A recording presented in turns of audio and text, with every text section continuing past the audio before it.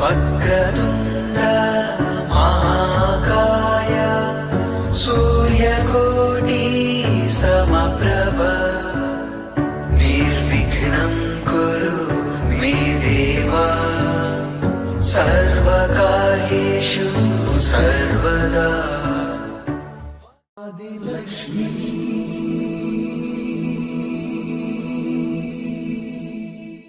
श्री धनलक्ष्मी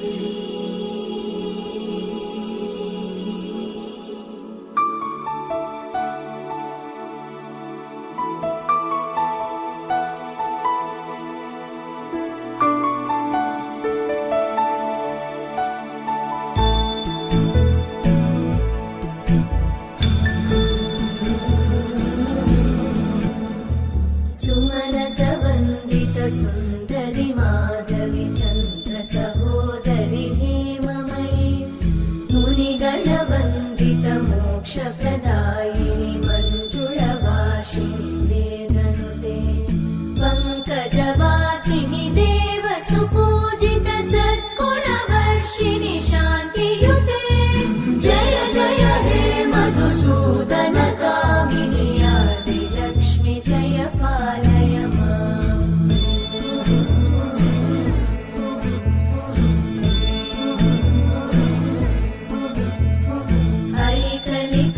ऐकलिकल्मषनाशिनि कामिनि वैदिकरूपिणि वेदमये क्षीरसमुद्भव मङ्गलरूपिणि मन्त्रनिवासिनि मन्त्रनुते मङ्गलदायिनि अम्बुजवासिनि देवगणाश्रितपादयुते जय जय हे मधुसूदन कामिनि धान्यलक्ष्मि जय पालय माम्।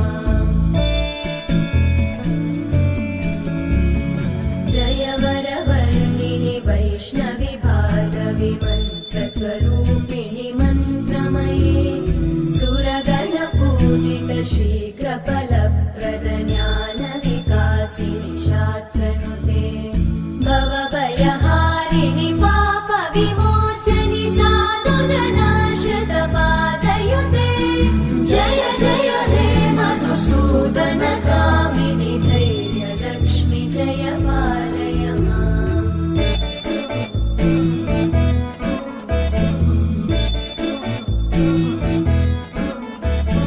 जय जय दुर्गतिनाशिनि कामिनि सर्वफलप्रद शास्त्रमये रथगजतुरगपदादि समानुत परिजनमण्डित लोकनुते हरिहर ब्रह्म सुपूजित सेवित तापनिवारिणि पादयुते जय जय हे मधुसूदन कामिनि श्रीगजलक्ष्मी पालय माम्। सर्वफलप्रद शास्त्रमये रथगजतुरगपदादि समानुत परिजनमण्डित लोकनुते हरिहर ब्रह्म सुपूजित सेवित तापनिवारिणि पादयुते जय जय हे मधुसूदन कामिनि श्रीगजलक्ष्मी पालय माम्।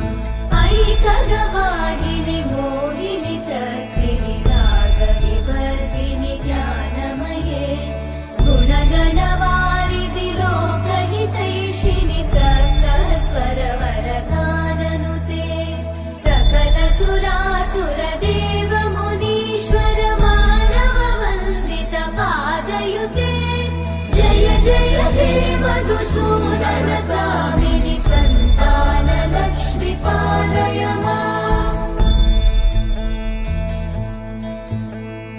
जय कमलासनि सद्गतिदायिनि ज्ञानविकासिनि गानमये अनुदिनमर्चित कुङ्कुमधूसरभूषित वासित वाद्यनुते कनकधरा स्तुति वैभववन्दित शङ्कर देशिक मान्यपते जय जय हे मधुसूदन कामिनि विजयलक्ष्मि जय पालय माम्।